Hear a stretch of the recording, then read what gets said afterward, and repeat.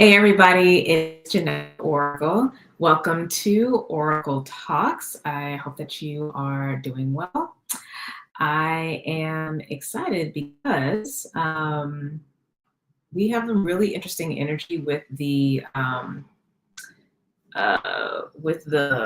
full moon in Scorpio, which actually just happened yesterday, and I am now past the energy and can process a little bit better. So that's why we're coming out today with Oracle Talks.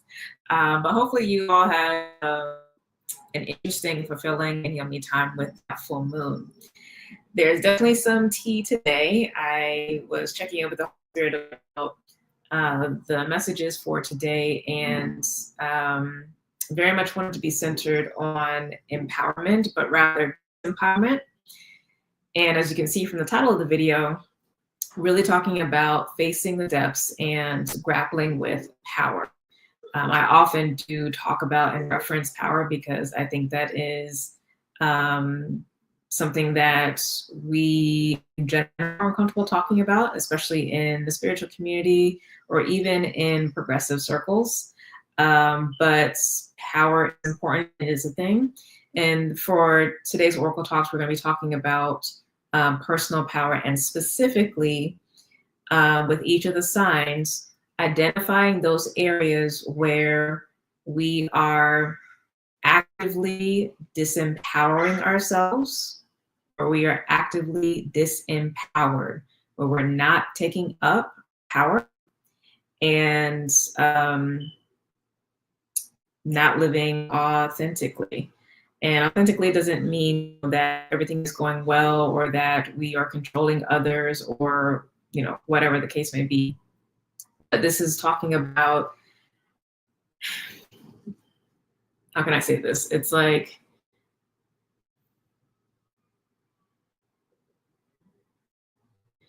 when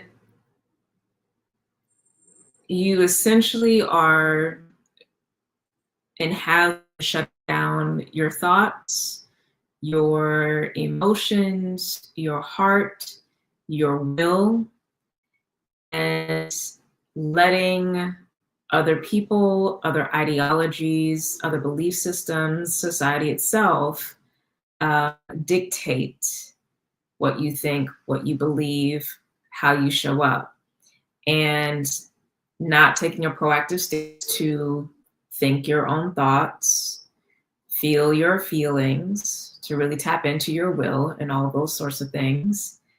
And to also, also in those cases, not giving yourself the time and space to actually explore, actually educate, to really come to your own understanding, and instead operating primarily from a reactionary or numbed out space as it relates to, a variety of topics, variety of areas. Okay, so that's what I mean by disempowerment. It's not actively engaging with life from your own perspective for whatever reason. And again, this can be across the board in many things, many areas. So yeah, we are going to go through all 12 signs. Now, if you've been with me for a while, you already know. Actually, first of all, I just jumped right into it.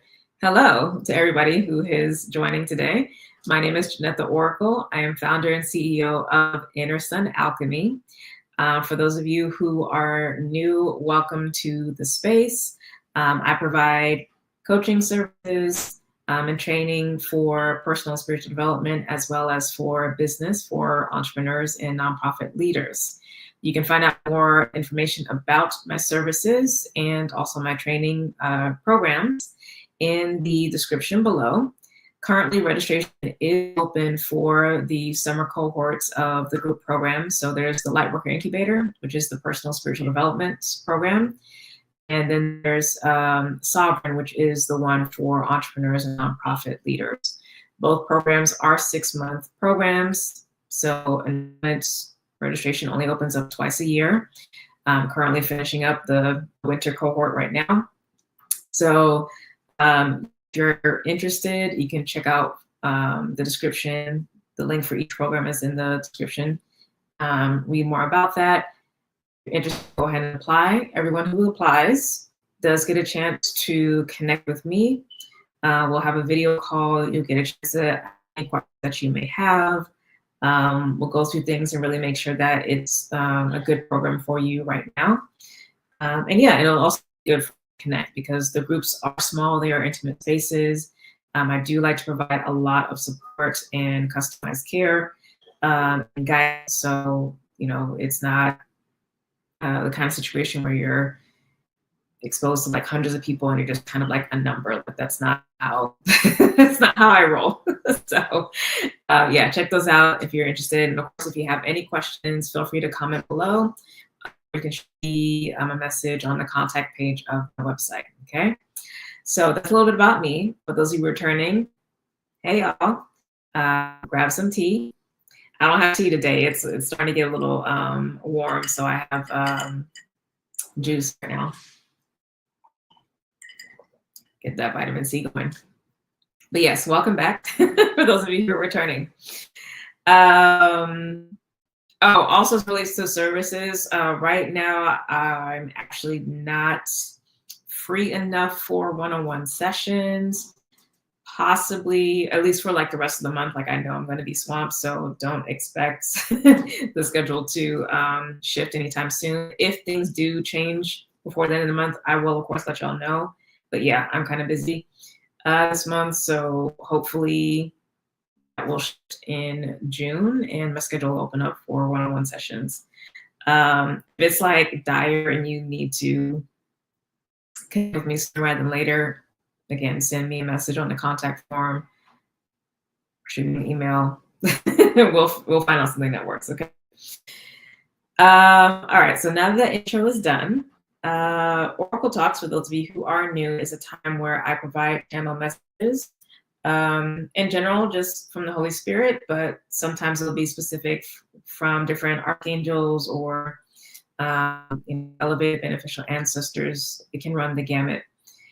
But today, this message is going to be from the Holy Spirit, and it's going to be for all 12 zodiac signs.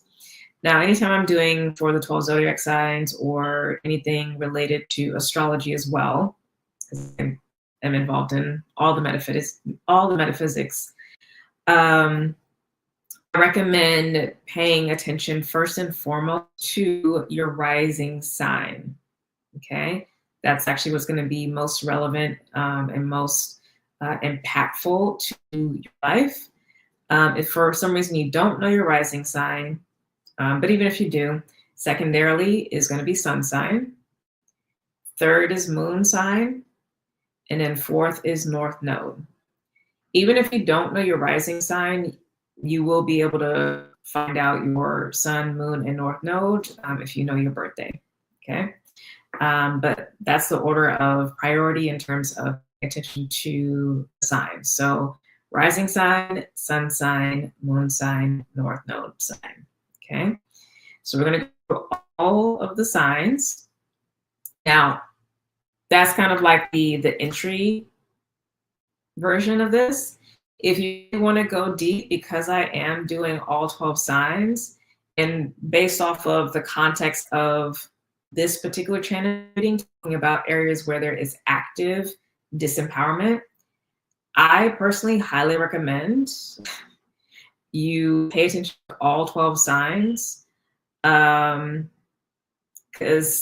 it's going to be hitting all 12 of your houses. And each house in your natal chart relates to different areas of life. So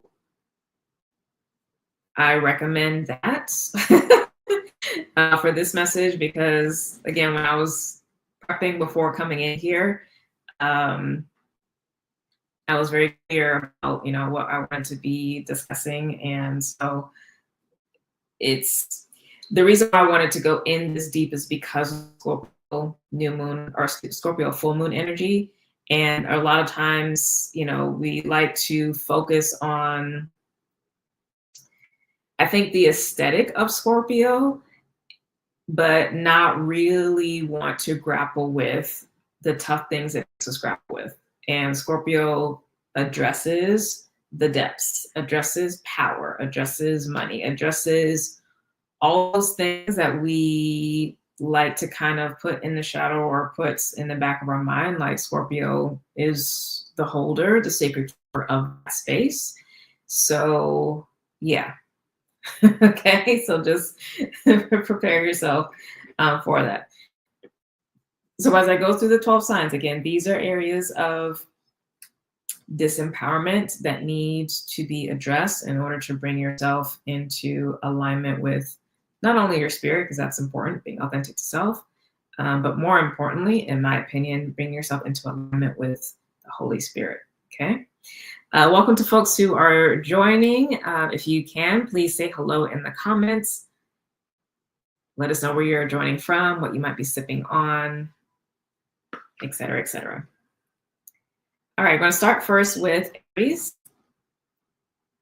Once this live stream is done, I will actually put the timestamps below.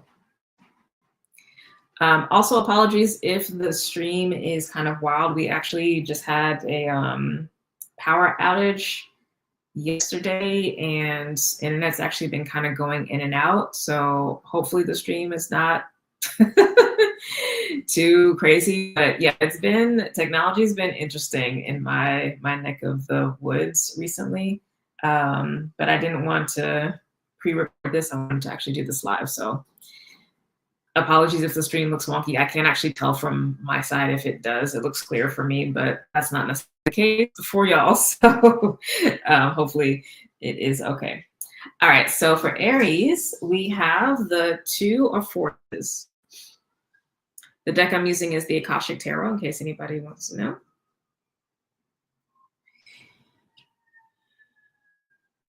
All right, so Two of Forces, I believe that just has to do with general power. I'm actually going to look this up again because I know most of the cards out. I did already get the cards out previously just to save time.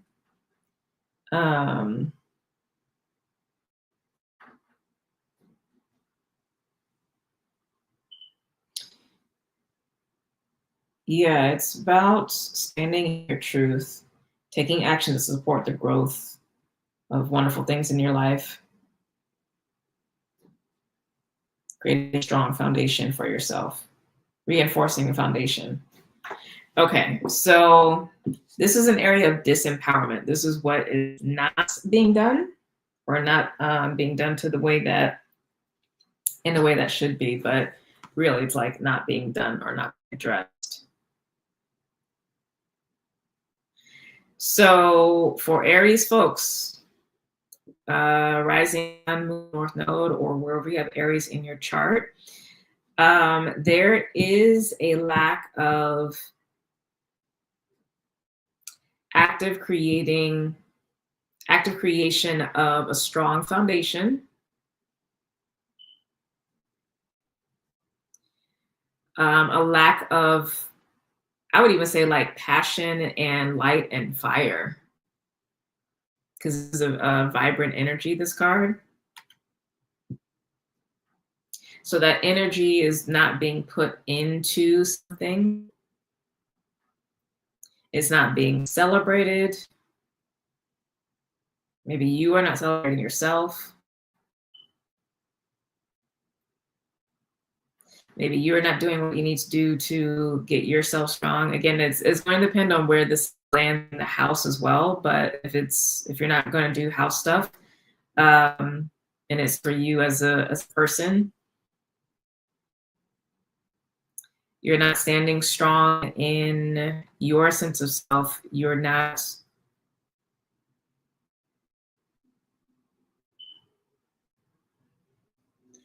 setting up a steady foundation for you. And this isn't necessarily if just internal world, and we're not going to address a house. This would be like knowing what you need to do in order to face the day ahead. So that starts with the night before, right? Like, how did you go to bed? How did you sleep? Did you even sleep well? Did you even sleep?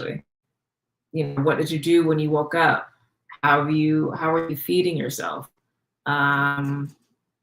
What is your physical movement like? Is there a spiritual life? Are you journaling? Are you processing? Like all of those things are popping up, or it could be related to that.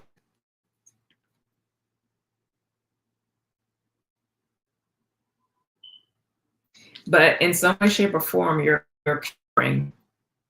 You're not standing tall.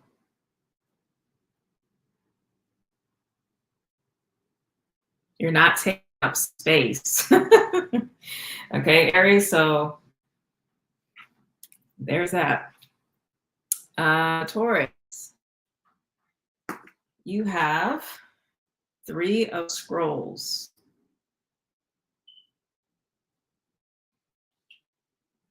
So this card is called Setting Your Course. So it's something about, deciding where you wanted to go and making plans, developing a strategy to tactics to get there. So if this is a place of disempowerment, that means that you are not doing that. You are not deciding.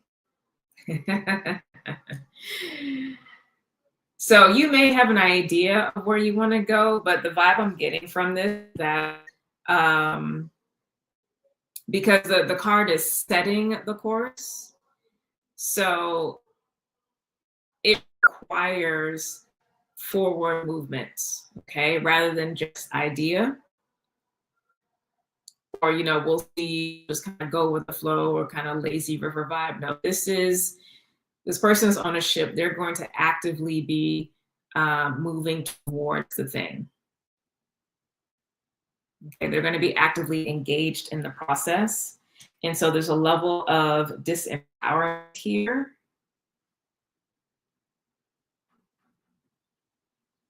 Where you're not wanting to be actively engaged. And that could look like letting other people set the course or set even the pace for the course.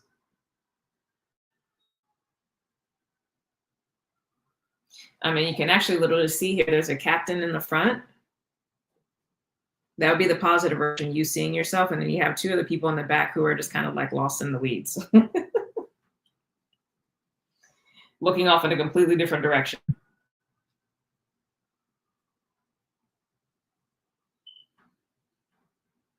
So, a key here might be you actually taking the lead rather than following, which is not necessarily the most comfortable place. I mean, you can take the lead, but it's more so like it's just enough to manage folks. But leading on a journey means leading the whole way.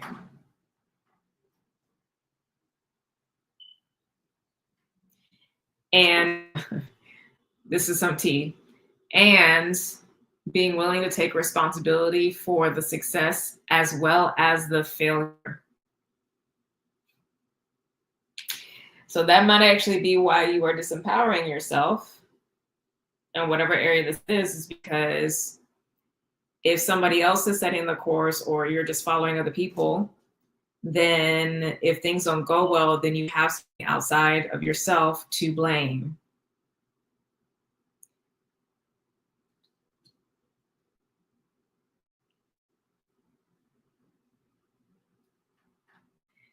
I'll leave that alone. All right, Gemini. I told y'all the tea. I'm gonna take a sip. Oh, please like, comment, and share this video. And if you're not already, subscribe to the video. All right, Gemini, you have the 2 of Scrolls, 2 worlds.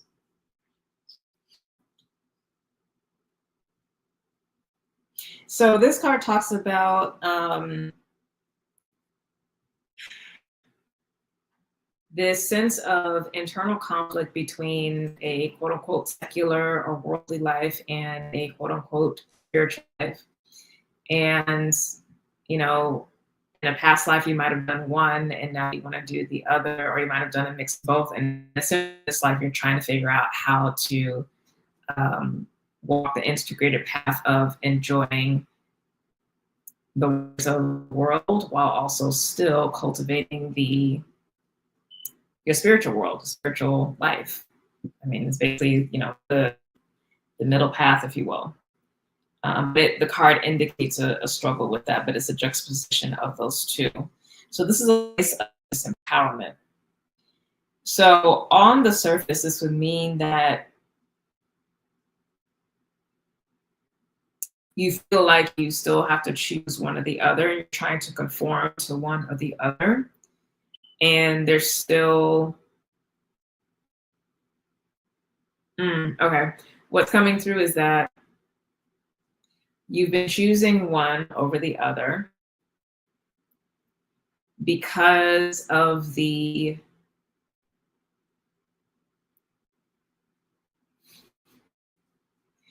tea and the read. Because of the social capital that you're getting.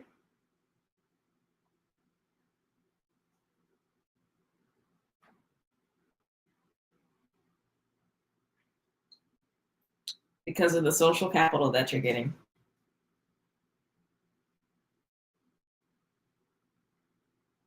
And so even though you're not even necessarily happy, it's still a disappointment making to lean towards one side of things, even though you're really not happy.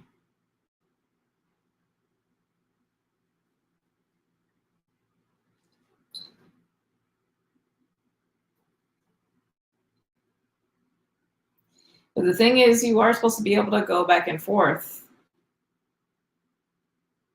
And actually, not even like to keep that binary in there. It doesn't have to be from one to the other. It can't be one aligned path. So there is a shift in value here that happened. Okay, but this is a place of disempowerment for you. And it's, I mean, depending on where this is in the chart, obviously, like it can relate to that particular area in your life, but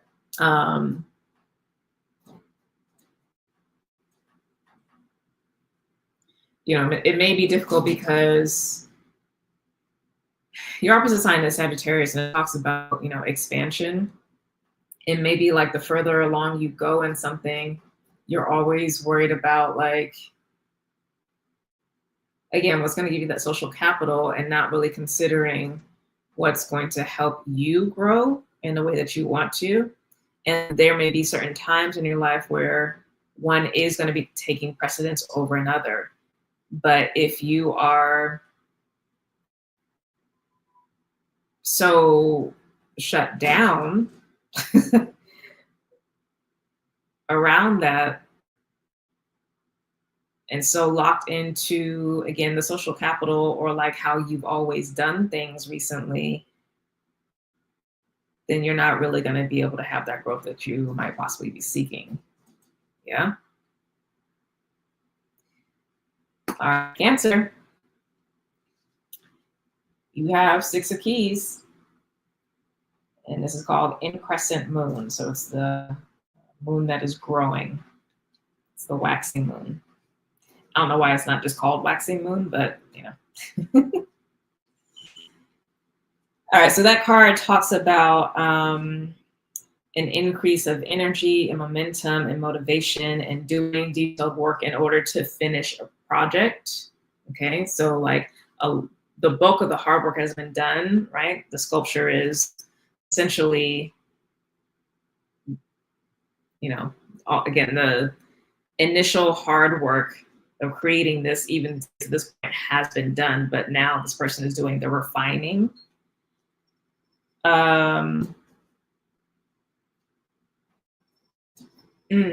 So this is a place of disempowerment. This refinement process is not happening. Okay, you're choosing not to engage actively, proactively with this refinement process. And this is a place where you are disempowering yourself and needs to be adjusted to come back into alignment. again, wherever this is in your chart, if this is the rising sign, then it's going to be, you know, internal. But, you know, depending on the house, it'll be related to that area of life.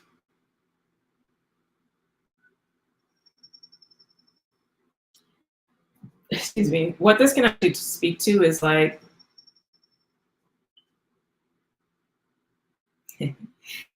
Cancers in general can be good at a lot of things, right? And things can come easy to them because they're intuitive and they're also childlike. So they're more open to learning and adapting and can, in a sense, pick things up quickly.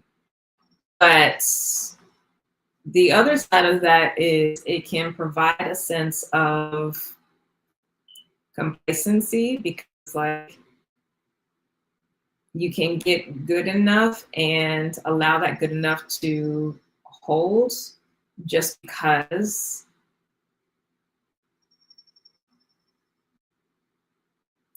it's what everyone else does, or like maybe even is kind of social capital that comes with what you have been able to do with some relative ease, you have a natural affinity to. And like this energy, this refinement process is like, well, your average may be good enough, right?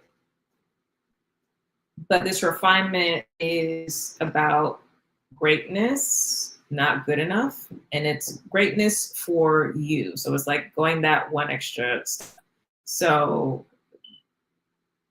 being good enough, being like at that 80%. And this is like, well, okay, go to the 90. Go to 90% for you. Okay. Not for everyone else, but it's like, what's that place where it's like, you actually are at your growth edge and it's going to be uncomfortable and it's going to be stuff that you don't really want to do.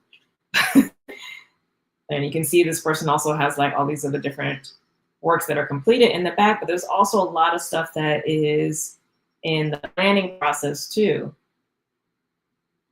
So this is the part that is not fun, that refining process. And this is, again, what is being avoided. But the next level is going to be found in these areas that you are avoiding. Okay. Welcome to folks coming in. Welcome to Oracle Talks. We are going through the zodiac sign messages right now. Okay, hopefully that helped, Cancer. Leo. Leo, how are you doing? We have 8 of Keys for you, the Master Artisan. Master Artisan.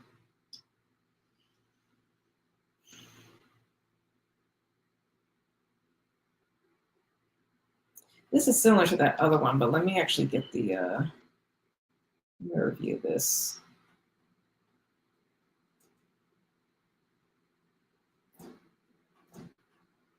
Okay, so this is about you being the Master Artisan. Or like choosing not to be for some reason.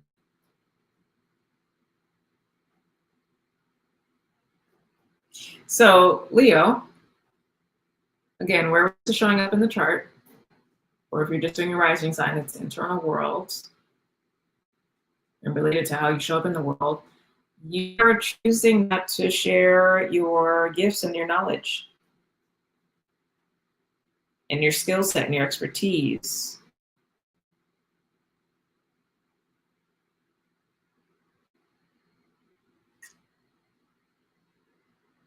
You're not sharing what you know. You're not sharing what you can do.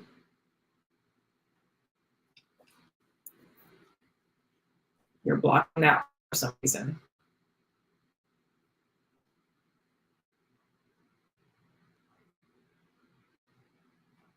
Your talent, your purpose, your gifts to the world.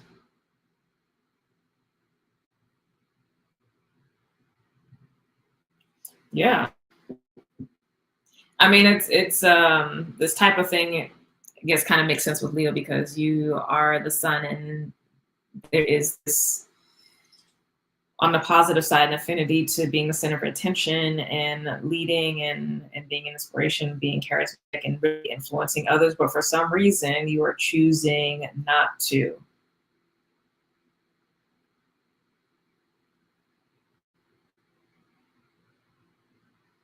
So whatever that area of resistance is, again, depending on where this is for you in your chart,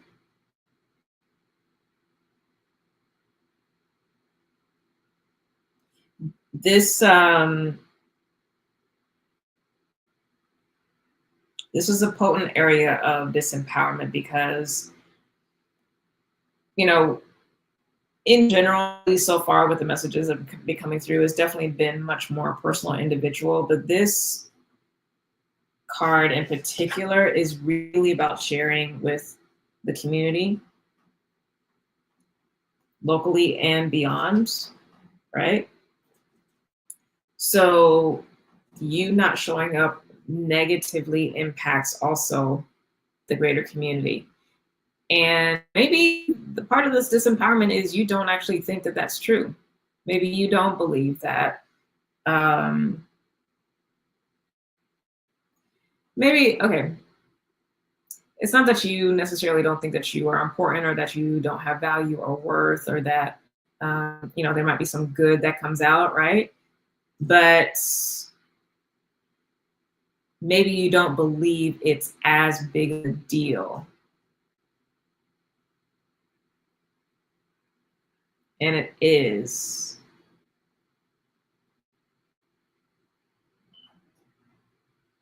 Because not everyone like has, regardless of what social media tells you, not everybody has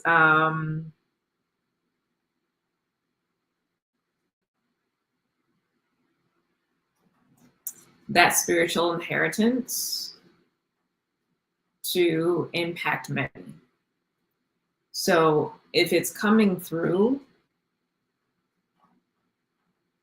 whether it's in the big four, rising sign, sun, moon, or north node, or wherever this is in your particular house, there is wisdom to share. Okay. Again, whether that's local community, it could be friends group, social group, work, church, whatever, synagogue, or beyond. Like whatever your area is, or whatever this is related to, like that's where you need to be showing up. Your input matters. Like it really, it influences groupthink. And that's not a small thing. Okay? It's not a small thing. Virgo. All right, Virgo, you have 7 of forces, balance. So this is an area of disempowerment. That means that there is no balance. So you're either working too much or you're playing too much. This lack of balance I'm getting specifically is a way to numb out. Okay. What I'm getting actually is indulgence. So whatever it is that is being done a lot of, whether that is working a lot, whether that is playing or creating a lot, whether that is, you know, scrolling social media or absorbing all the things, it is out of balance.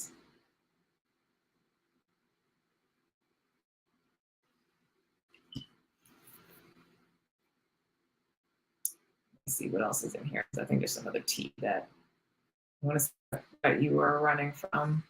Earth signs always have like deeper things that are going on.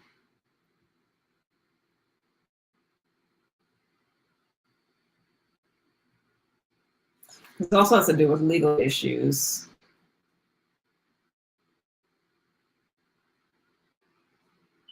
So it could also be legal issues too. So take this as a read again. It's kind of this is showing up in the chart. If this is legal issue stuff, don't ignore that you need to address if it's coming up. And also, if you need to take legal action, take legal action. Don't disempower yourself. But I also can talk about making sure you negotiate on the front end for your well-being and not just going on to get along or not wanting to be that person who's like making things difficult or missing out on opportunity because you no longer want to work for free or you no longer want to work for exposure, whatever, right? Like you assert the terms and conditions that are best for you. So disempowering yourself by not actually doing that, like not proactively engaging in that, needs to get checked as well if that's happening. So come on, Virgo. All right. Moving on, Libra. Libra, you have card number 16, Caught in the Ruins. Welcome to folks coming in. Say hello in the comments. Let us know where you're joining from and how you're doing. All right, Libra. So area of disempowerment. For this card, it's actually talking about being in a seemingly tough situation from the outside looking in. But upon closer inspection, these people are actually could, with some effort, it's not gonna be easy, but they could actually climb out of this, what looks to be a prison. But and it's not gonna be like that hard. They might have some scrapes and bruises, but they'll be able to get out. But they're like resigned to their fate and they're just like sitting in it. So this feels like this is actually how you're showing up in some area of life. Again, might depend on where this is in the chart, but this is showing up.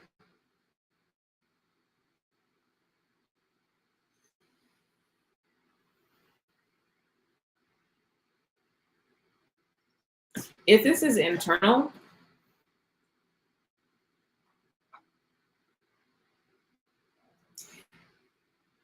I'll say it this way, you know how to hack yourself.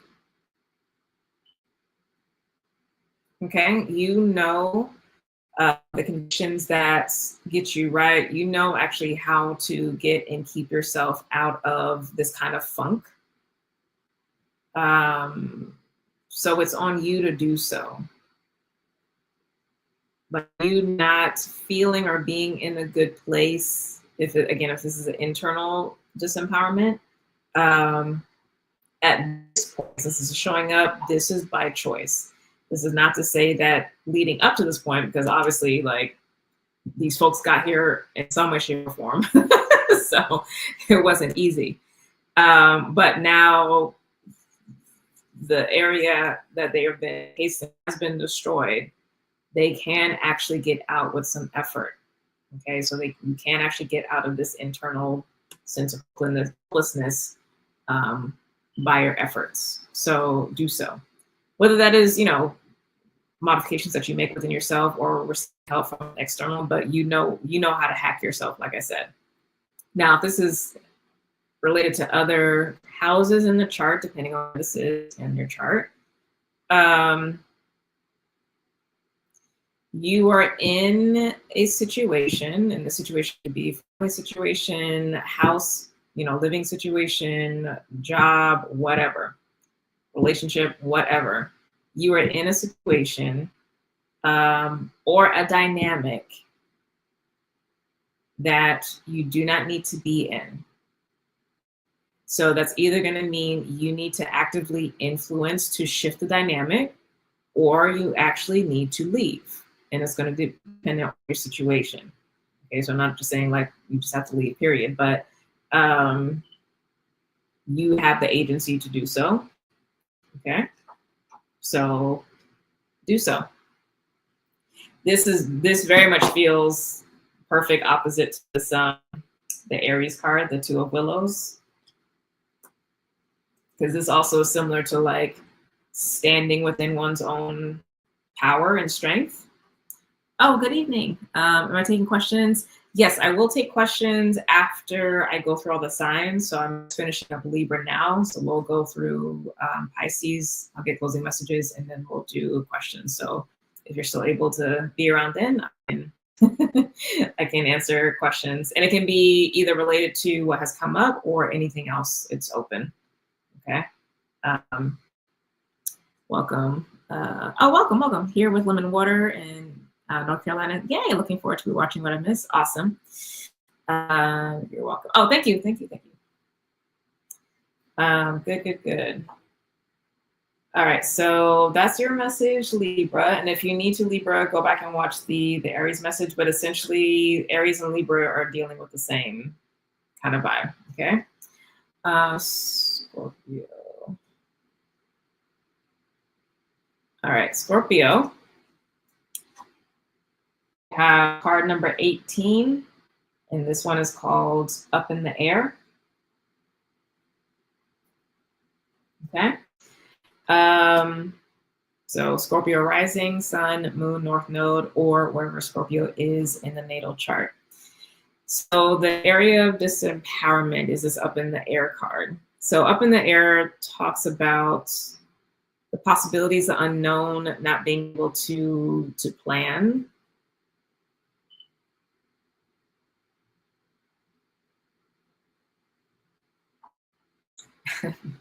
Spirit is funny because this is actually the counter to that the Taurus card. That Three of Scrolls in the course. I still get to hear my moon sign message. Oh, yay. So, okay, Scorpio, go and watch the Taurus sign message once this is done.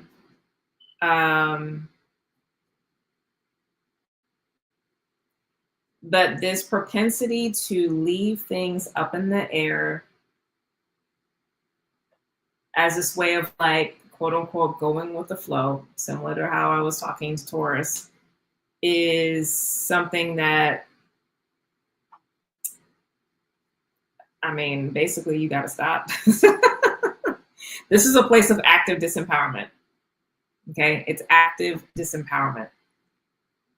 And we just had a full moon in your sign. So more likely than not, you are aware of this and you probably have some feelings around this. You probably feel like you're missing out or have missed out on something, or in that space of what if I had done this? What if I had gone this particular path, et cetera, et cetera. If those emotions are coming up, they're coming up because there has been a lack of intentionality, a lack of setting the course, so to speak, of deciding where you wanted to go and doing what you need to get there. It's that similar fear of, well, it's not the same fear for Taurus, because that was a fear of failure. This feels more like a fear of success, because with you will actually get what you want. Maybe take it if it resonates, leave it if it doesn't.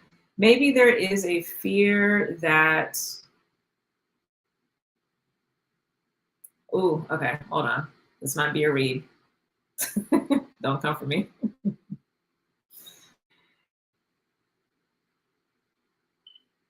Maybe there's a fear that when you get what you want, nothing's actually going to change. In the sense that maybe you actually still think you need to redeem yourself.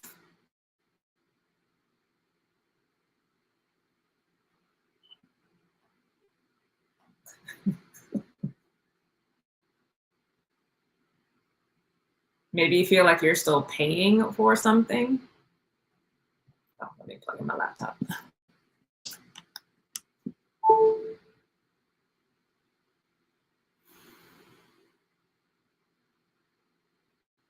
And you feel that if you actually succeed, if you actually set the course, go after what you want, knowing that you'll get it, because you will actually get it, that the stuff that you see within yourself that you're not happy with, that you don't expose to anyone else, your feelings, your thoughts, your beliefs, your ideologies, whatever, that it's not actually going to change. That might be the root of the fear, disempowerment. I don't know. See where it shows up for you in your chart.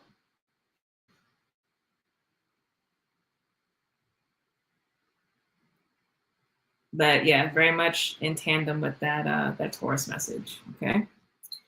Sagittarius. We have 5 of forces. Summer, winter. So it's the peak of the sunlight. Winter is the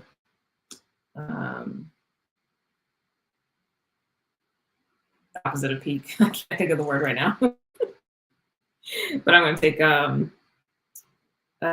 let's actually get these for you because I don't remember what the message for this card is.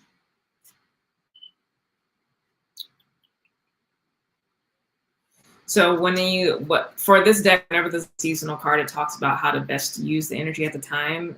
So summer is yang, so yang activity. So highly active, motivation, etc. The reversal would be the yin, the most yin time because it's winter. So being less active, energy, passive, receptive, interactivity.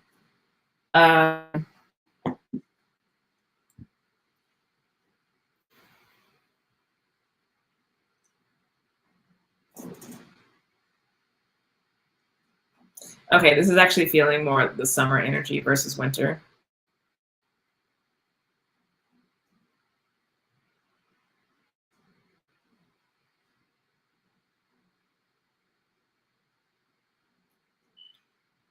So there is a lack of going after what you want. Why is that though?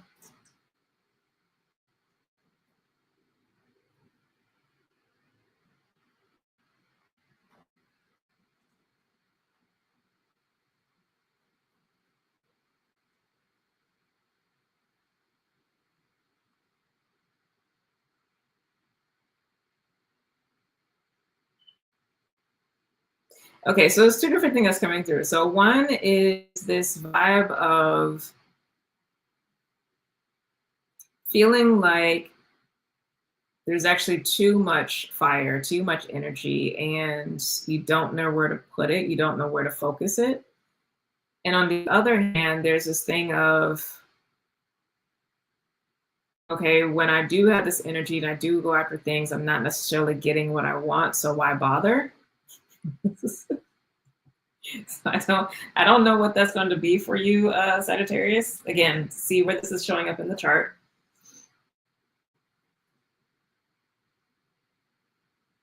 If this is internal, so rising sign energy,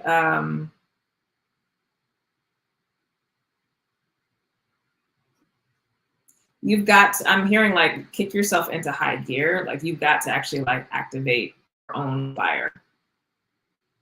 Like too much of that yin, that energy is like lacking, like it's time to get going and moving. And that's actually the vibe you're supposed to be in.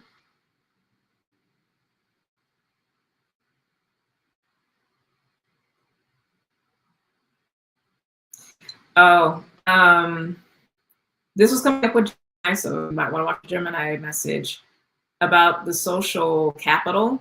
Okay. And so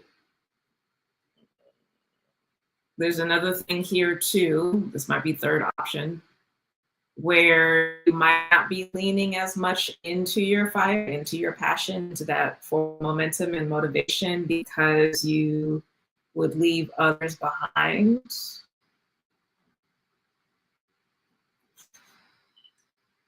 Or they're not moving as fast as you, or they're not doing the same thing as you. I don't necessarily get that you, I mean, maybe you do want company, but yeah, it's it's a couple things.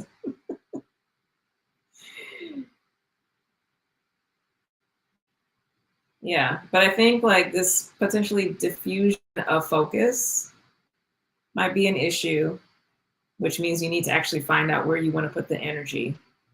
And choosing not to do that is the place of disempowerment, or being too concerned with the social capital stuff, or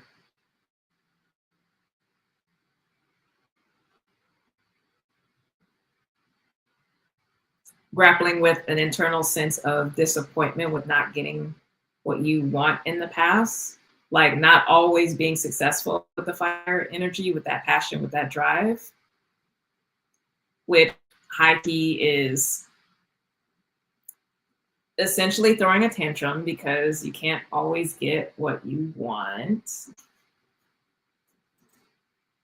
right? So I've been full pursuing what I want, but you got me at the leaving others behind part. Oh, yeah, it's gonna be something. One of those. Yes, this is a lot of different things that came through. All right. So Capricorn. Yeah. Capricorn, you have an interesting one. You have card number 7, fated meeting. So this is a place of disempowerment for you, which is interesting because this is about relationships. Not necessarily romantic, but it's fated relationships, important relationships.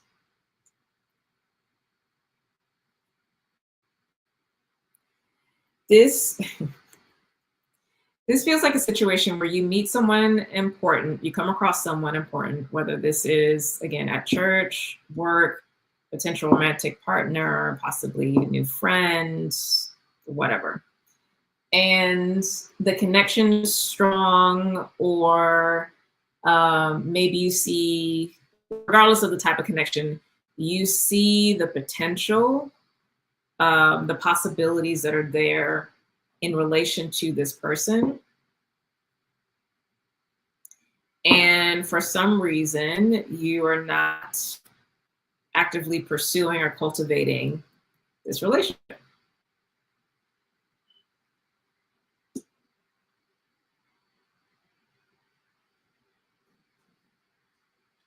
There's a resistance there. So, why is that?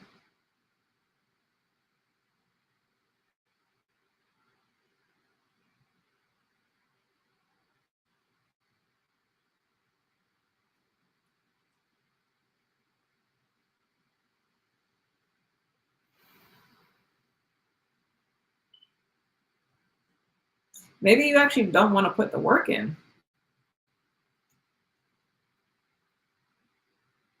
Which I find odd because I feel like Capricorn does, if it's something important.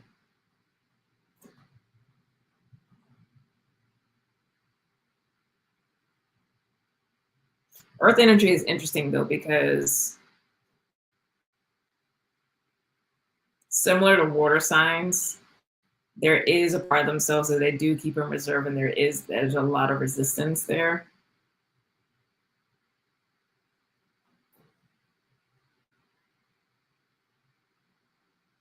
Yeah, it's just this vibe of like, you know what's up, again, regardless of whatever the type of situation it is, and you're not being honest about it. You have resistance around it for some reason.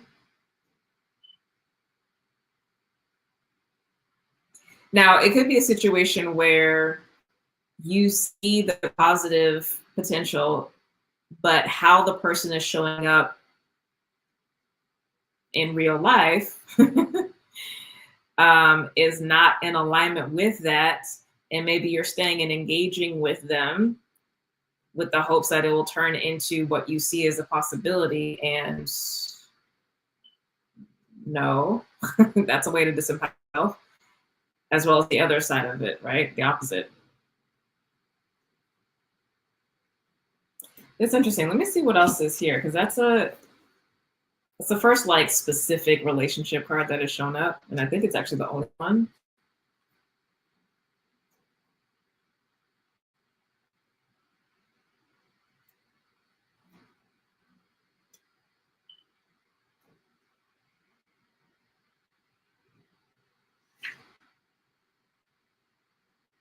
Yeah, it's an important relationship. It could be new or an existing one, but it is supposed to shift into something new. And there's resistance. I'm not getting anything else besides those two things that came through. So um, whatever it is really being held close to the chest. Because I feel like even what I've been given, it still feels a little surface.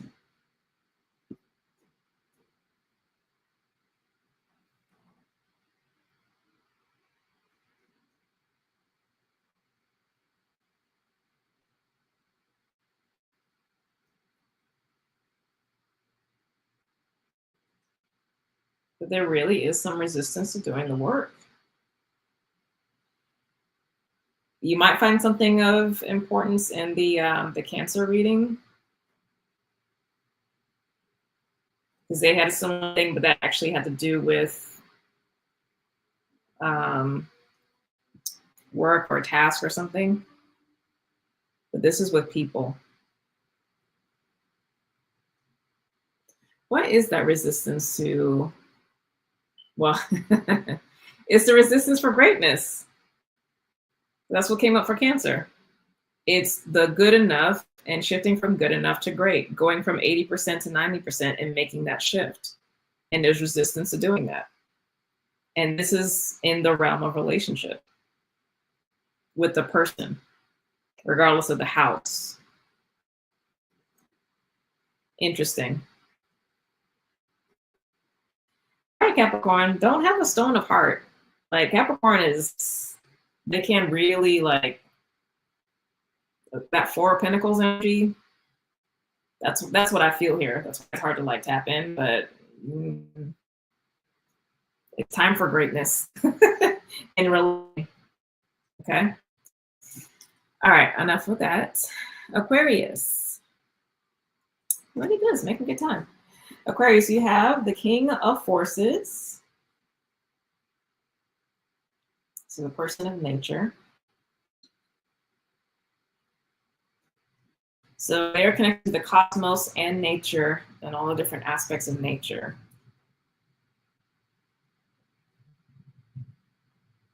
So for some reason, this is not happening for you.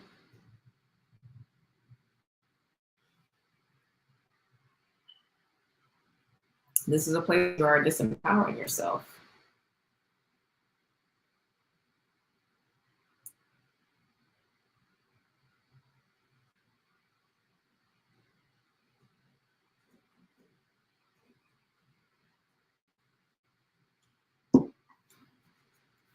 There, on the personal side of things, this might actually be an issue with not listening to your body.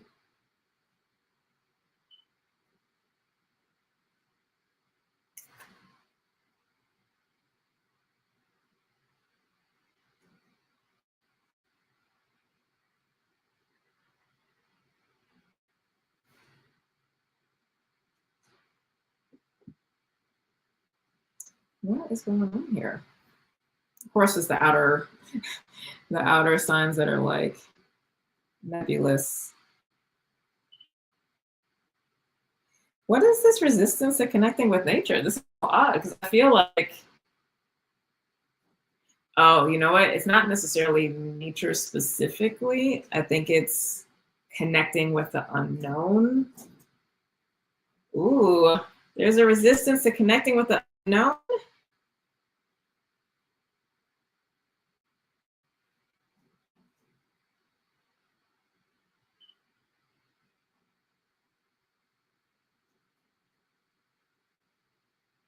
All right, so that disempowerment just feels like just plain fear. I'm surprised by this because the Aquarians that I know, at least that Aquarian energy I've come across as well, is a very curious energy and an openness to like learning something new. But this is really feeling like resistance. Resistance is something that you can't measure or, well, it makes sense because your ancient ruler was Saturn. So you like things that you can see and feel and touch and like that are concrete and are facts. So when they move beyond that, it's uncomfortable. So this is coming up. Nature is actually that gateway to help with that process. So lean into nature for that support to help you with it, to move through the fear. But high key, this really does like taking that path of exploring that which is beyond the five senses.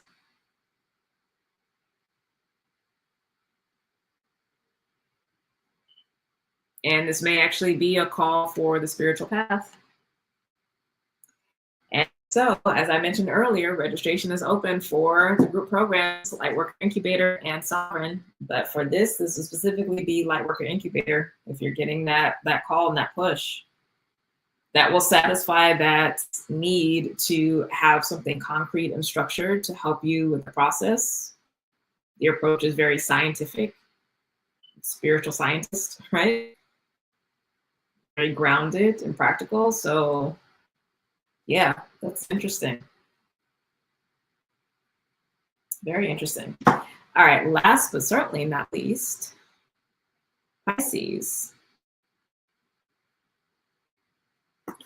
And you have Uriel and the Sphinx.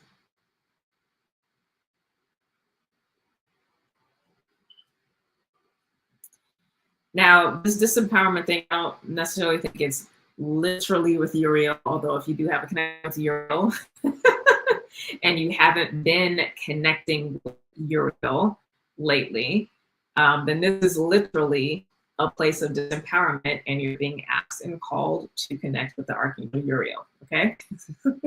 So let me just put that out there. You know, it's fine, you're not in trouble. It's just the Archangel showing up if there is a connection, or if you've been curious, open that up. If it's not literally with Uriel, it may just be with angels in general, spirit guides, again, the beyond. This card specifically has to do with the mysteries, and we just touched on that a bit with Aquarius, right?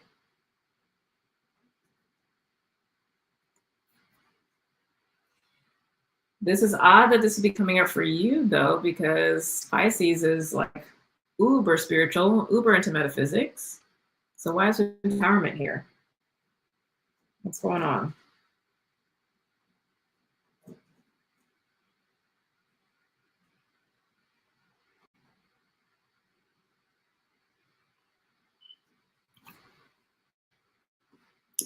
Let me see, there's clues in this one.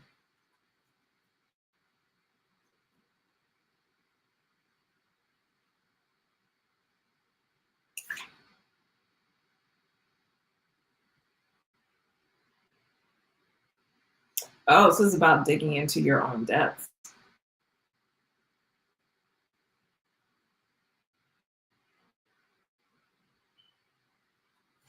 Okay. Interesting. So if you have, again, Pisces, rising sun, moon, north node, or wherever Pisces is in the chart, digging into the depths here, which is funny because it's part of the title, Facing the Depths. Because the card was mentioning about how the Sphinx had to continually be dug out because of the winds of the sand. So there's like something that has to be looked at. You have to go deeper. So it's a process that's already in the works, but there's more. And there's resistance to going deeper. This is a place of disempowerment because you're not actively involved.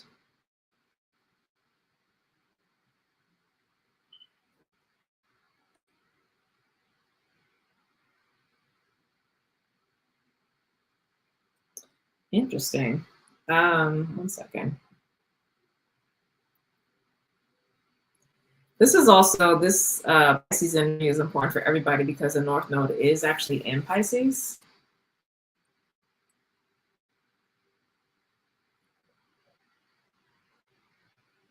So in that regard, like, and also with these messages, we are all being asked to go deeper. It actually feels more beyond than anything, which again, we're at the tail end of that full moon, but what's going on? I want to get a little bit more for Pisces.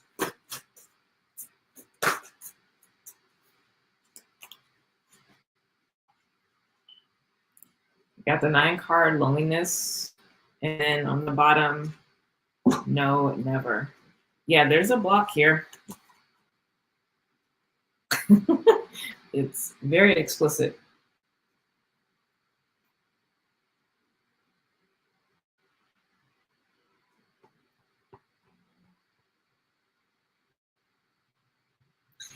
It's explicit, but it is specific. I think for those who have Pisces in the first house, it might be a little tougher to determine, but for any other area, well, maybe first or 12th, might be tough. But for the other houses in the natal chart, it will be specific to that area, so that will help bring focus to where you are being asked to dig deeper, that there's more there.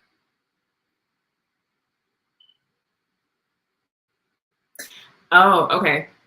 A clue to help is, again, whether internal or a specific area related to the house in the chart, wherever it feels like you are stuck and considering just like letting something go and moving on, that's actually the indication that there's something more there and you need to go deeper. It's actually not supposed to be let go. So I know Pisces is related to surrender. This is not the time to surrender for whatever that area is. You are actually supposed to grapple with that thing because it is related to your power. Whatever this is.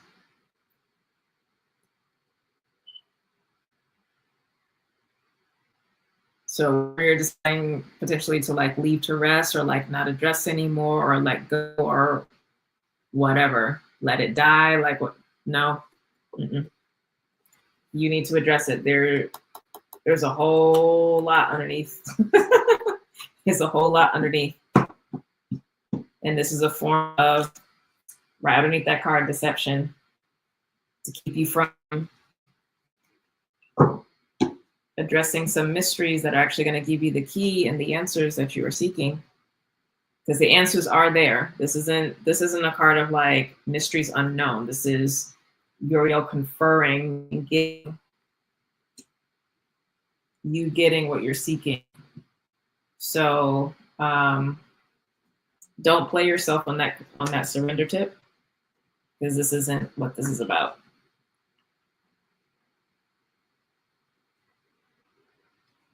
Like, yeah, wherever the fingers are like, oh, I'll let it go. I'm literally hearing a phrase like letting it go, or like, oh, I'll let it go. Like, no, it's a place of disempowerment. Don't do that. And again, depending on where this Pisces energy is showing up, do not do that. Or disempowering yourself.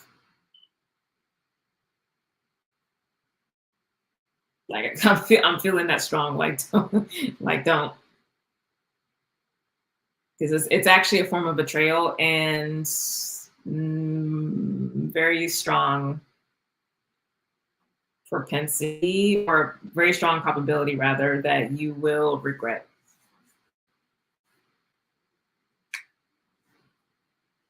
You will regret. Okay. Let me get closing guidance and then we'll go to questions that folks have just in general. So where are we?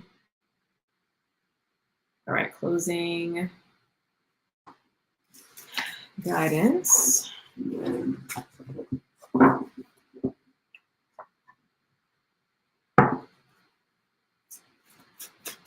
That was very insightful. I look forward to going back on that and listening to the messages for each house and my chart, because that was definitely some tea. I encourage you all to do the same. But if you don't have time, again, listen to your rising sign, sun sign, moon sign, and or north node sign, depending on what you know. And then I'll put timestamps up so you can go back for easy reference. Again, please subscribe to the channel if you're not already subscribed. Please like the video. So we got perseverance and danger. On the bottom of the deck, we have direction.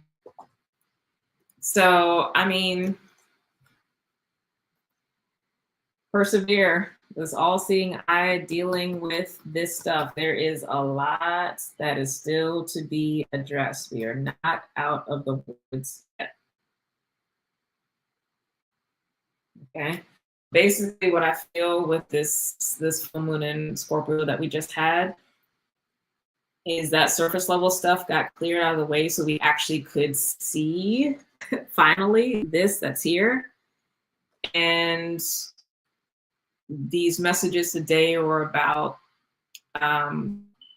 giving you specificity and focus in your focus so that you can dig and persevere and get to this place of empowerment and balance. Okay. But there's still deep to go. But this is going to give you that direction focus we all have been seeking and wanting and desiring. Okay, that kind of like, oh, hopefully I'm still here. I know Wi-Fi is weird right now. This kind of nebulous, shaky, whatever. Again, related to the specific area where there's this empowerment, because this is not your entire life. Okay. But yeah, that focus is going to come from doing this work. And look, right, that is the power card. Spirit is speaking. Spirit is speaking. All right, so questions. I know folks said they had questions, so ask away. It can be anything. It doesn't have to be related to what I just talked about. That's totally fine. I haven't actually done that in a while, so feel free to ask away, especially since my calendar has not been available for one-on-one sessions, so get your needs met. So go ahead and type in the comments. I'll answer those questions for you. And we're going to close.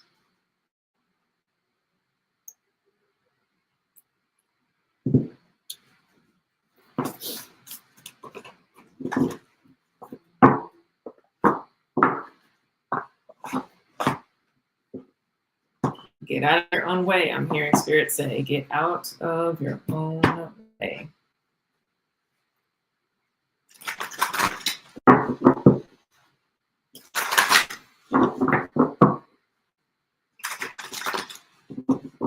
Questions, questions, questions.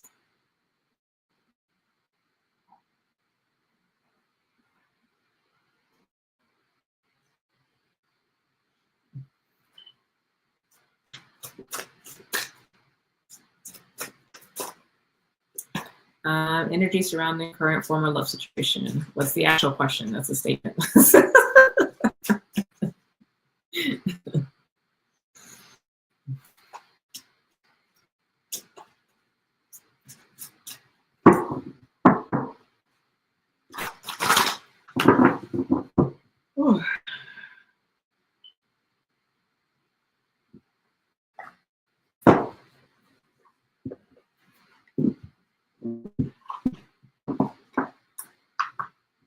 And also, if you know your 5th house and 7th house, specifically the signs that start the house, not the signs that are inside the house, because there might be multiple, but the signs that start the house. If you know those, that'd be great. You don't have to wait if you don't know it, it's fine.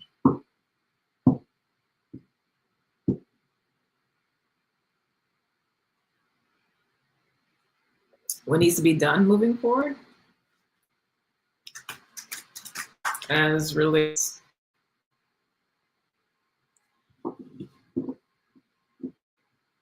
Be more specific, because you had before current / former love situation. Something's either current, you're actually in a relationship, or you're not. So, like, what's going on? I always know that there's more going on when it's like nebulous, because there's things that need to be addressed. So please be forthcoming. Please be forthcoming.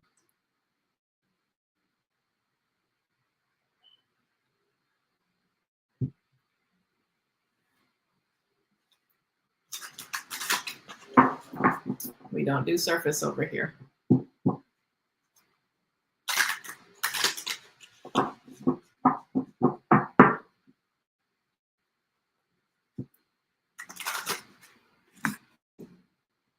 Okay, so it's a former love situation.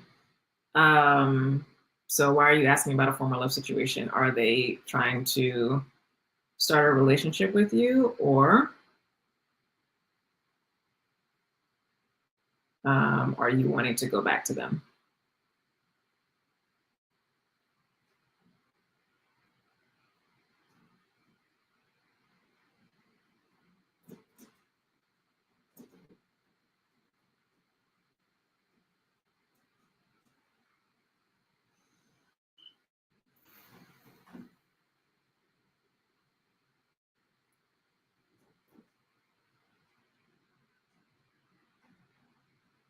Actually, regardless of what they want to do,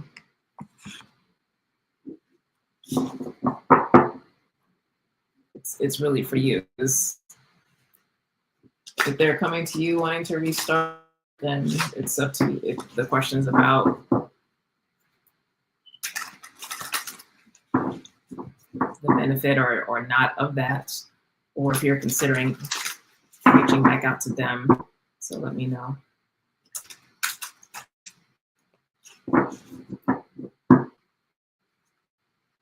There's no judgment either way. I mean, it is what it is.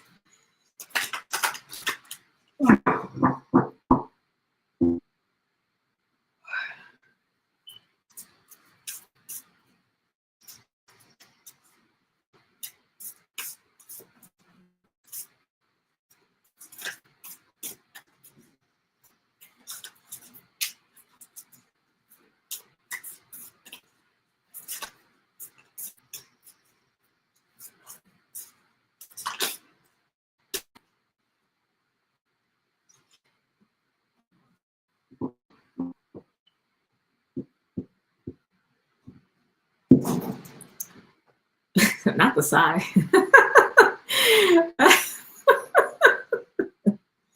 Let me dragged to the comments.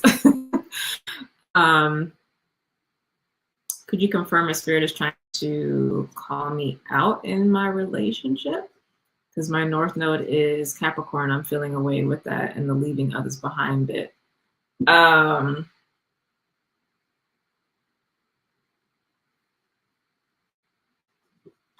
All right, and then energy between us is strong. We just ended off on bad terms with a love affair, just a lot of tension, just don't know what to do or how to move forward.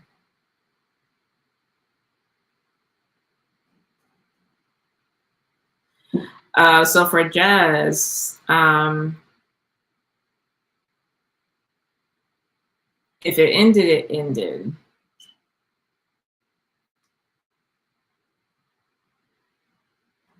So for that, what to do, like if it's ended, it's ended. So that's, I'm guessing though it's more so about the how to move forward. So I'll answer that and then I'll circle back to you.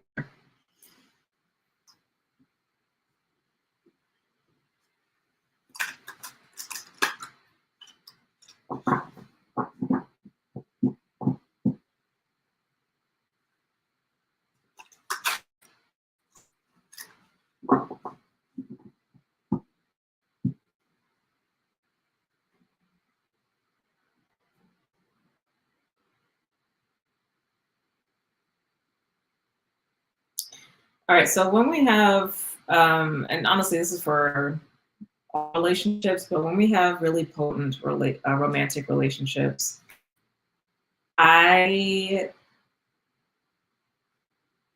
In general, and people never like this, but in general, I say that you need at least the amount of time that y'all were together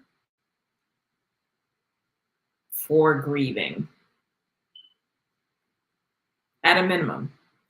So if y'all were together for like 3 months, you're probably going to need about 3 to 4 months to actually grieve. So not dating, not bouncing back, to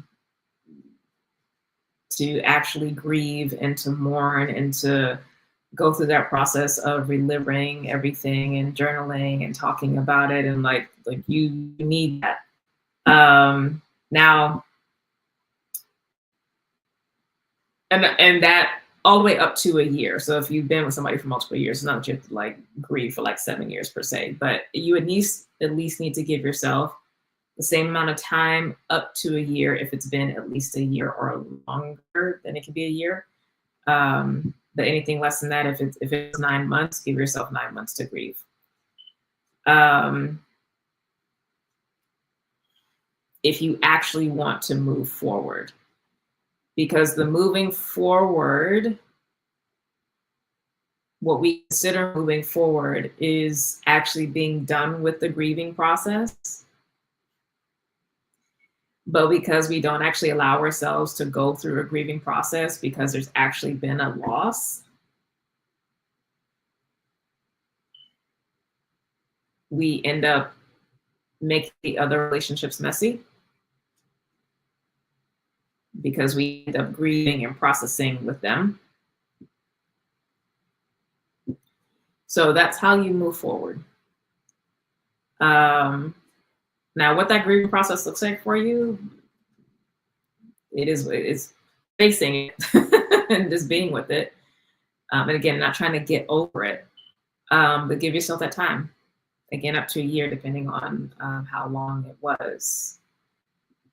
When you are at the end of that process, that grieving process, or at least towards the end, if not the end, and again, depending on how strong this was and how long it was, then I would say if you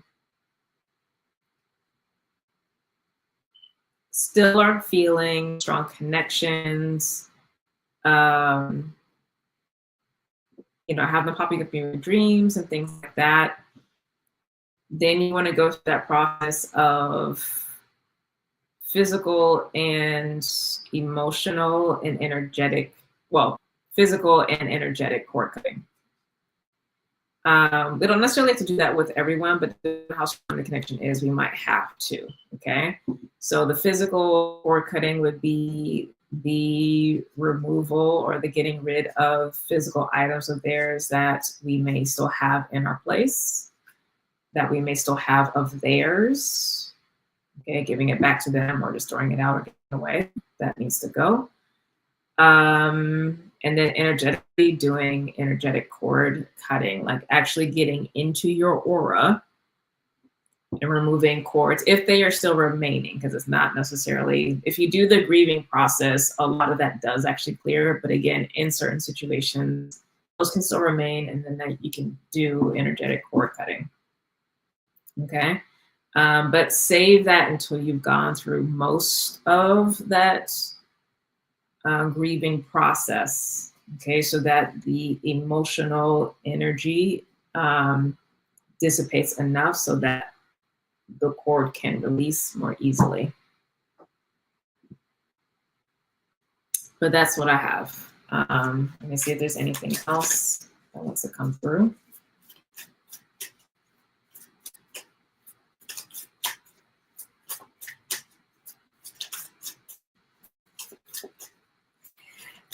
In a situation where you are still considering being friends with this person, that is fine, but that needs to be considered and engaged with again after you have completed your grieving process and completed that physical and energetic cord cutting process.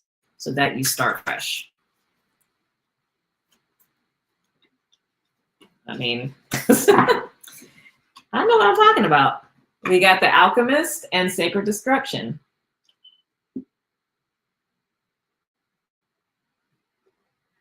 Okay.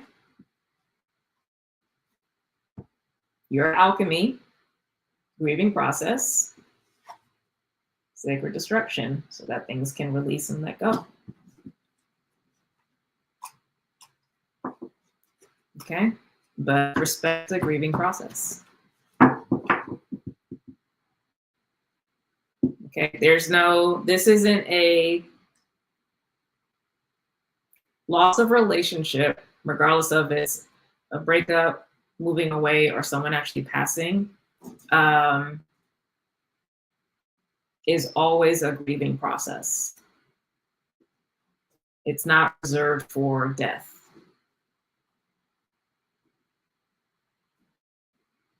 Okay.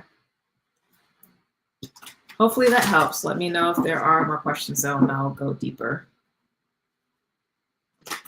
Okay. But your objective and purpose right now is to not make things better. So even if y'all ended on bad terms, oh well.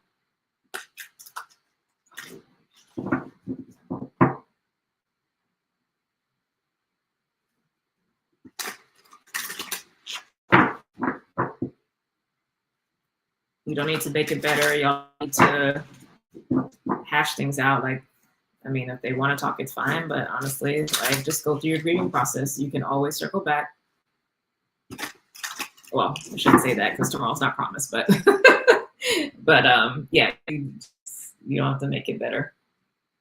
It's okay. All right, Claire.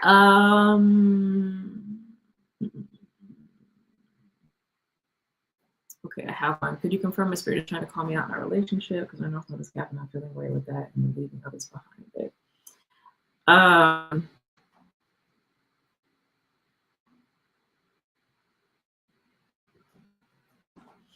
Okay, do you feel like you're growing, for you, Claire, do you feel like you were actually growing out of your relationship? And you're wondering if you actually are supposed to stick around?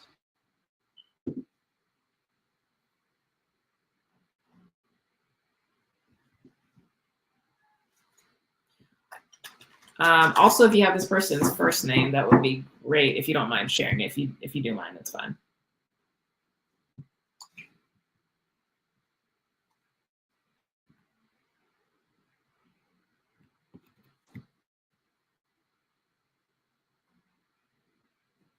Oh, thank you for the donation, Claire. I just got that notification.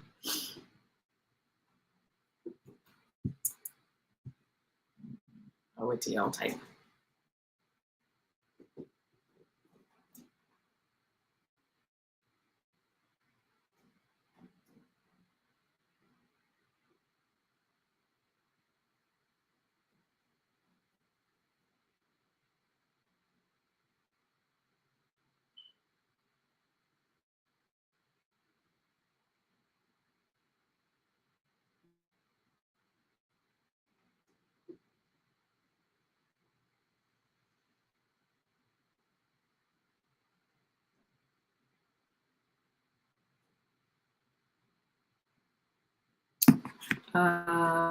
Yes, in some ways, I just haven't been sure if it's something that needs to be addressed just for me to know and adjust energetically. First name Luke. Not a Bible name.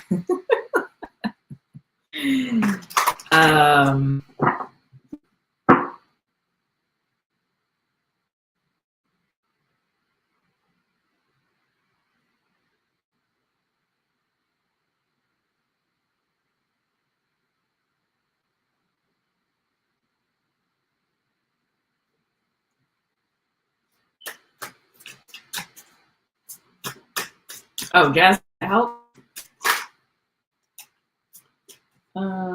Second.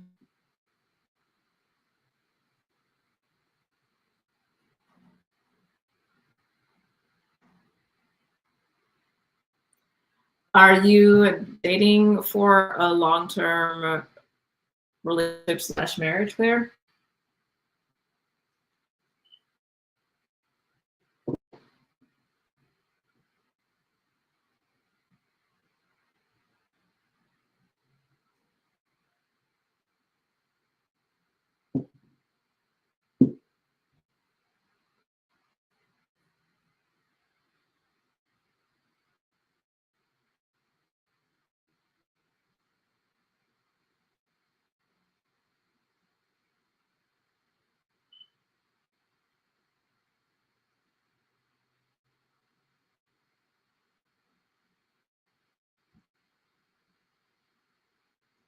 welcome to new folks coming in. I'm just answering questions that folks have. We already did the channel messages for the zodiac signs.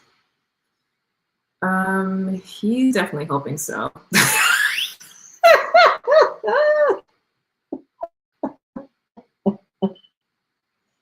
Damn, I hope he's not watching.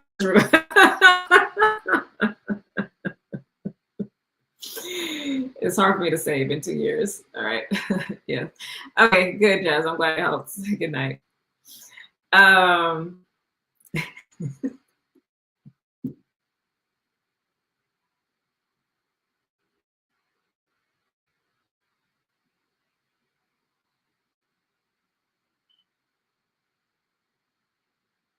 Have you actually been in a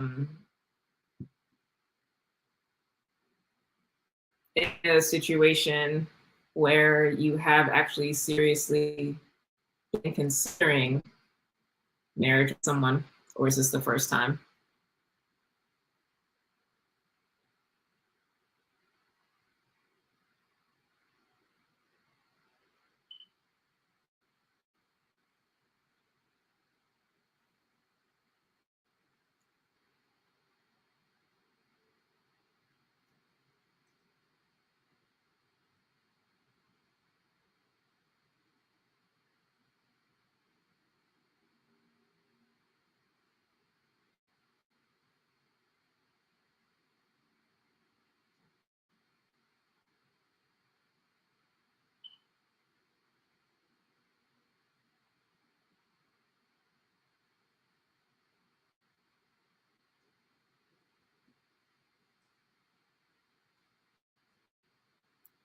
Another thing that's coming through is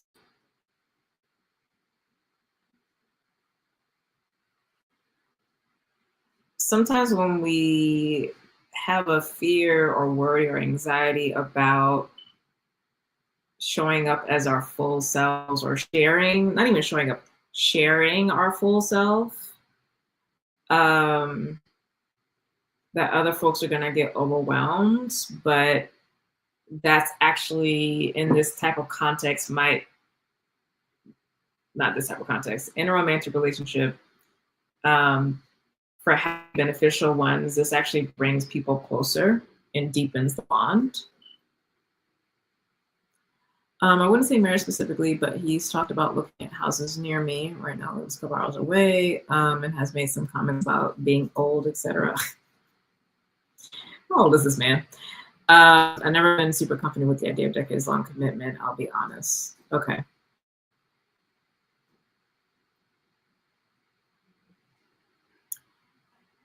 Is that just because of how it's shown up in the world around you? Like you haven't seen healthy, successful versions of decades-long commitment?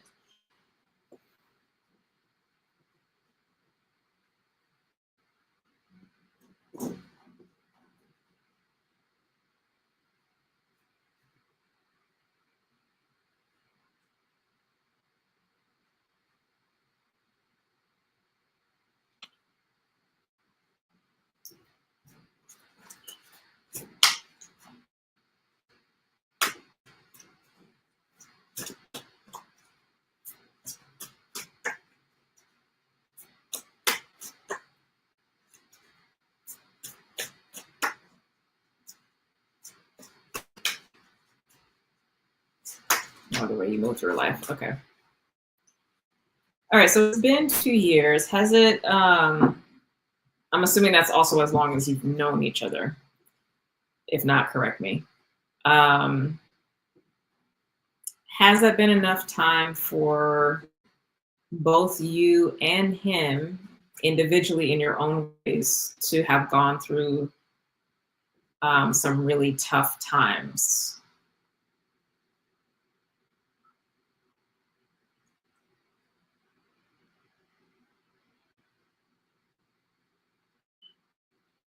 Okay.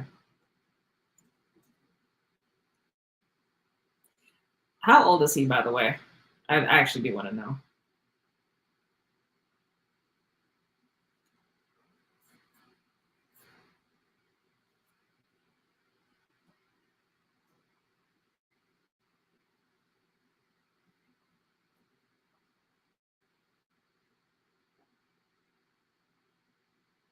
And when you say you're able to share less and less, is it because you feel uncomfortable sharing less, or because he kind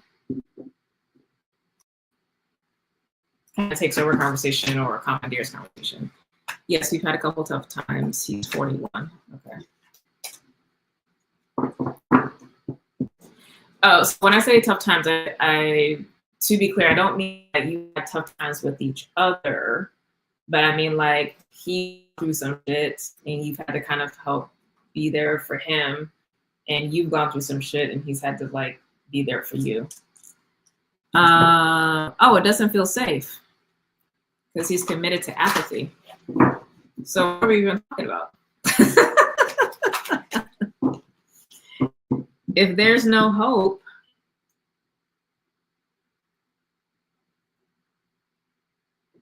if he's a pessimist and you're an optimist,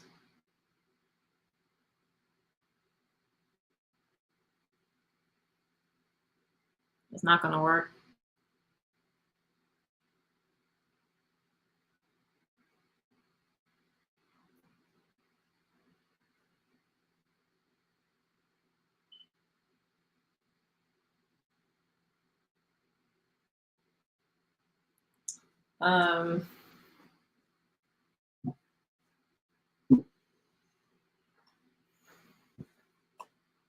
What's his sun sign?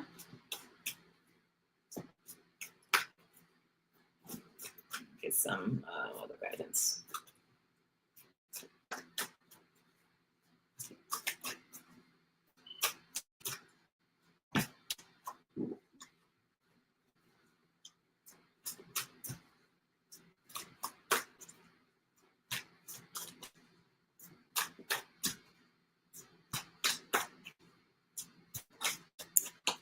Listen, I am a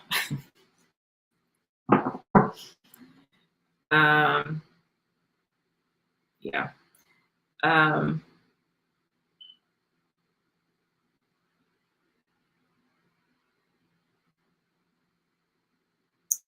Relationships are their own individual challenges, but in certain kind of ways. But when it is actually good, there's a leaning in, even into the uncomfortable spaces from both parties. Like there's actually a willingness to do so. Sun sign is Aries.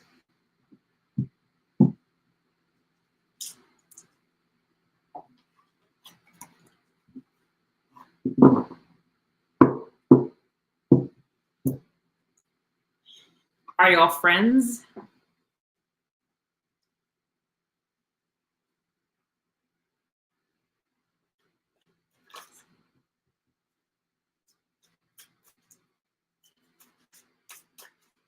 Like if y'all weren't in a romantic relationship, would y'all be friends?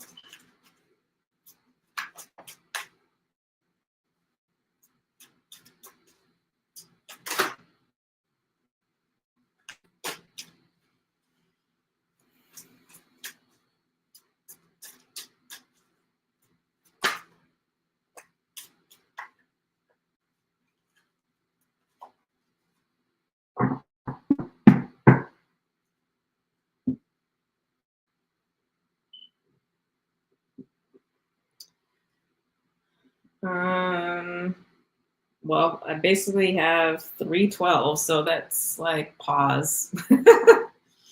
It's pause. For you, your energy at the 12 offering card. For him, I got the 102 listening card, but that's basically a 12 with a 0 in the middle. But a 3, right? Because 12 goes down to 3, 102 goes down to 3. Card in the middle, which is representing the energy of the relationship, is 75, which is a 12 and then a 3. And this is the waiting card. And then bottom of the deck is divine protection. So yeah, it doesn't, the vibe I'm getting from this is it doesn't need to go. There's no push for moving things forward. Or even messing with things. It's just kind of like, leave it alone. What's your rising sign again?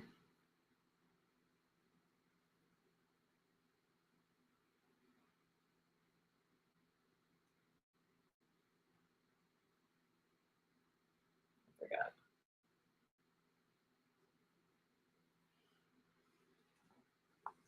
I thought I had it somewhere, but Gemini. Oh yeah, definitely, definitely watch that Gemini message. Definitely watch that Gemini message.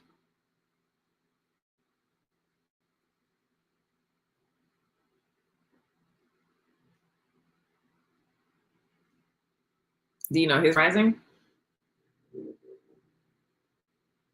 I've never had that happen where it's like all the 12 energy show up or all of this 3 energy show up. It's interesting. Because even here, there's like 3 on top and then 3 on the bottom. So like there's actually more under the surface.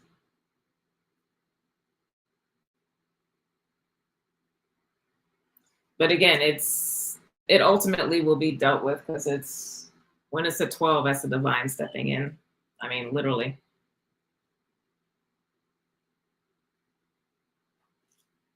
And it's a healing energy, so it's not like tower energy. I don't know his. If I had to guess, I'd say it would be Earth sign. You don't know his rising? Y'all been together 2 years? Does he just not know his time of birth?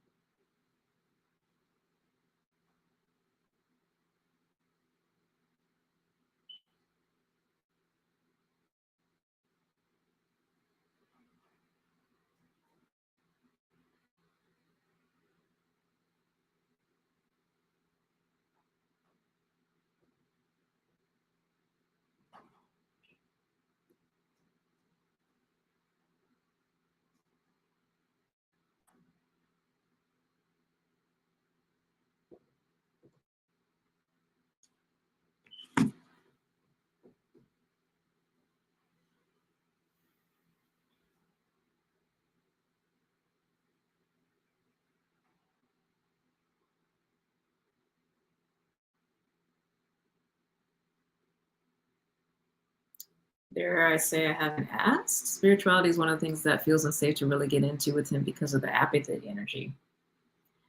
Oh gosh.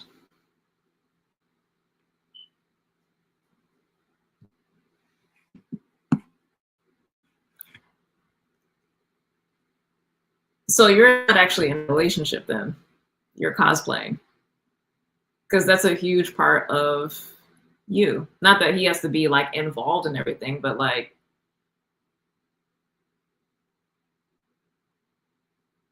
if there's not even like something as benign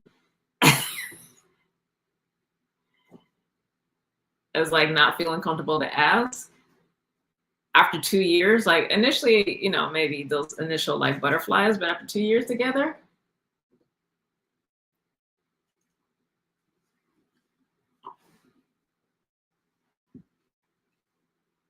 One second.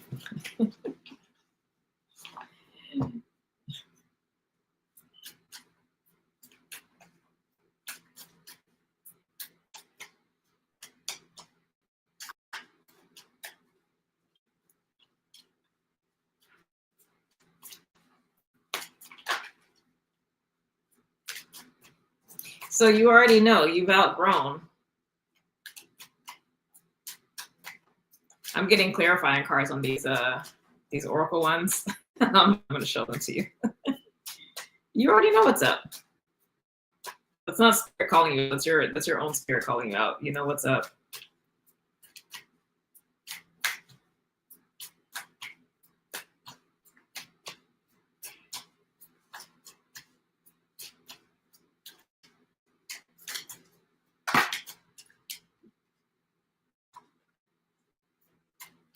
Right, when I brought up before, the energy got uncomfortable. He was starting to put me in this. He was starting to put me in a spiritual guide dynamic, and I backed off. Yeah. See, it's that I was getting it earlier to say it, but there's this thing of lack of power.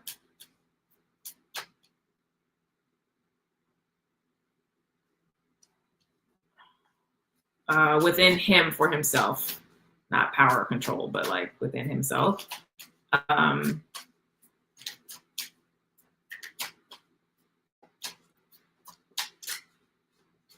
Because he actually should be a good grounding board. Not saying he's a person, but it's just like, yeah. So far, you're clarified with Ace of Swords. You already know what's up. He has a 9 of Swords.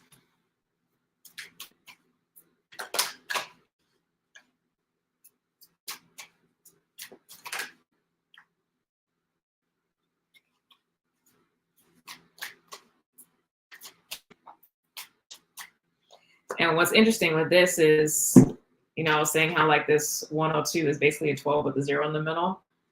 And here with the 9, it's like the 0, and there's exactly what's there. And even this image is like, there's something here, which might just flat out just be that pessimism. That's suffocating for someone who's not in energy. It's not bad in and of itself. It's just, if you're not like that, for you, it will be suffocating. It's not obviously suffocating for the person, because they're getting entertainment, right? They're getting the light. I keep trying to get a single card, and I keep getting double cards. I want one card for this last clarifier, please. And then I'm going to go because I have to pee. Hierophant here in the center to clarify, with the High Priestess on the bottom.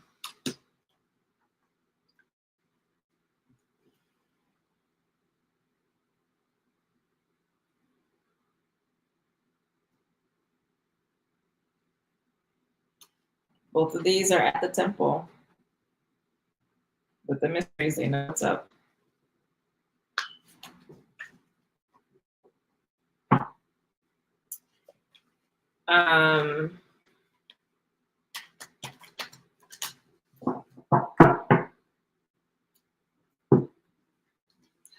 So the message holds true for that Capricorn.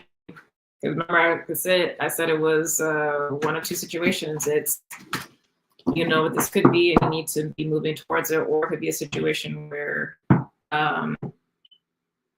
you know, it's business that's there for a while. You know what's up, and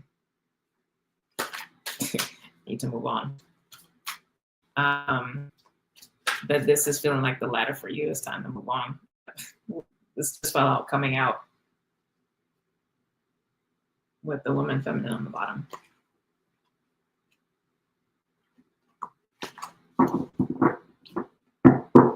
Not saying that's going to be easy. Breaking is not easy.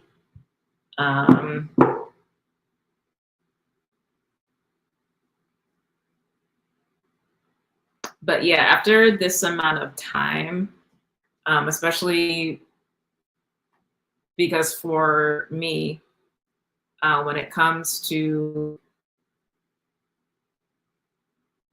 more serious considerations, I lean towards the cycles of Jupiter and Saturn. So with Jupiter, it's like, or with the seasons in general, but then secondarily with Jupiter, it's like, how you learn essentially what you need to know within that first season, i.e. the first 90 days, as well as the first year. You get a good sense of things. You're not going to know everything, but you get a good sense of things within that first season or up to the full year, depending on how long you're together.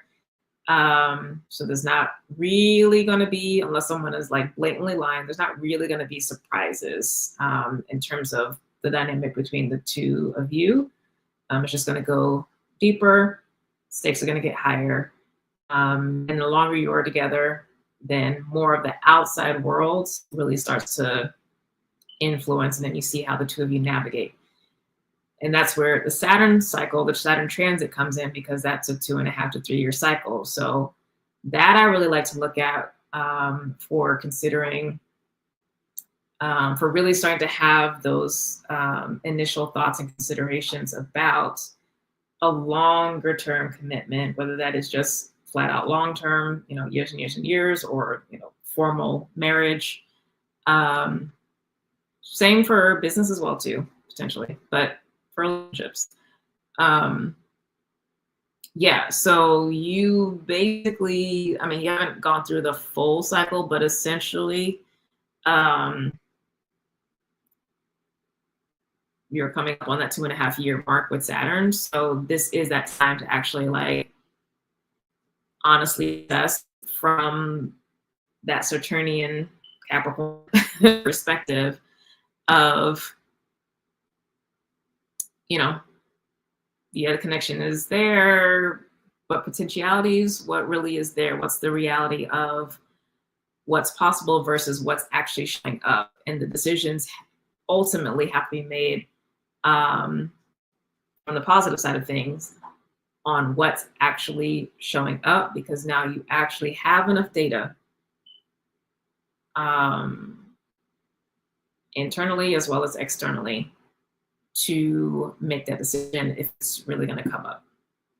And it's coming up because if you're starting to be like, okay, let's move closer together or move in, like that's then stepping up into another level of contract.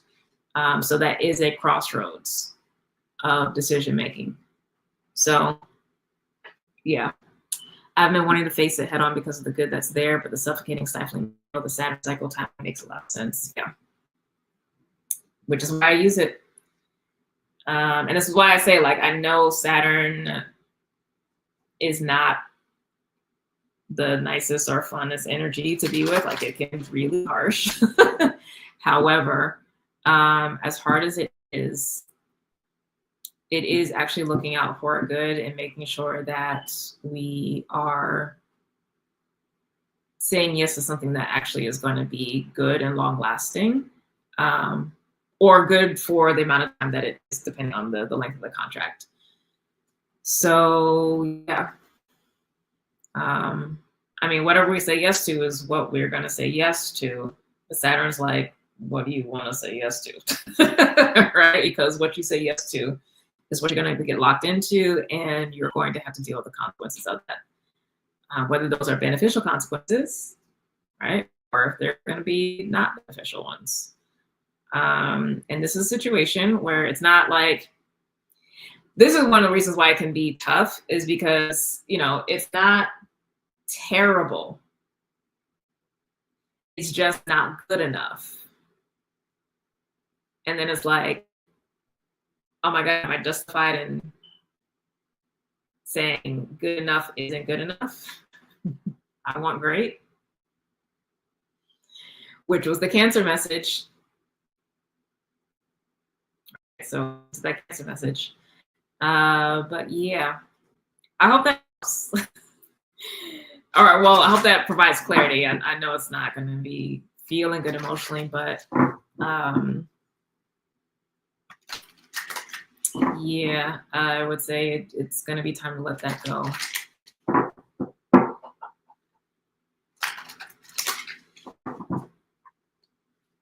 And I'm also saying this not in the sense of like, oh, you know, something's wrong with him, because there's not. It's, you've been in this long enough, and you've also, you know what he's coming to the table with, and you also are seeing what you are coming to the table with. And so this inability to address and face things, this acquiescing to suffocation and stifling, also is an indication of areas where you need to address and have growth in, right? And that you also are not ready for certain things. Right. So that's definitely provided clarity. My Gemini had about it. Thank you. You're welcome.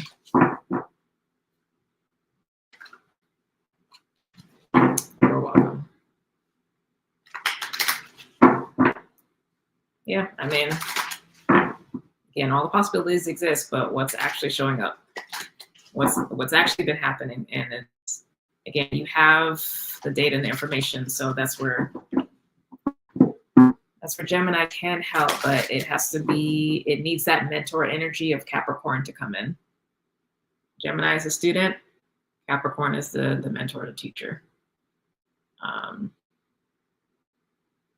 And Saturn is gonna, Capricorn Saturn is gonna say, you've been doing good enough, you got an 80%, but I know you can do 90%.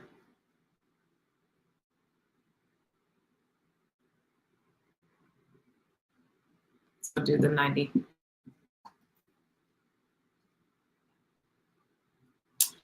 I hope that has provided some motivation and clarity. And same thing I was saying though to Jazz earlier about that grieving process when you do release. Not that you need to take, again, 2 years, but I would highly recommend taking the year, since it's been a minimum of a year, take a Jupiter cycle to go through that grieving process and release, and work on the things that came up in terms of how you showed up as well as did not show up within the relationship, so that the next person who comes in, because there will be a next person, because we live in an abundant universe and we live on an abundant planet, there will be more if this one isn't the one that works out, so that you are best positioned to enjoy it. It's not even to receive it, because it's going to come regardless of whether or not you're ready to receive it, to be clear. Right? Abundance doesn't ask for permission, thank God. So regardless of whether or not you think you're ready, it'll be coming. But, you know, to give yourself the permission to lean into enjoying it as much as possible, enjoying that yumminess. That's the gift you give to yourself, not about getting it right or having it all together or being ready. Like, yeah. Okay. All right, we are coming right up on that 2 hours. Look at God. I was really trying to be on here for like 25 minutes and, you know, spirit got jokes, but I love it. Thank y'all for feeling safe enough to ask questions. I'm glad I could be here to do so.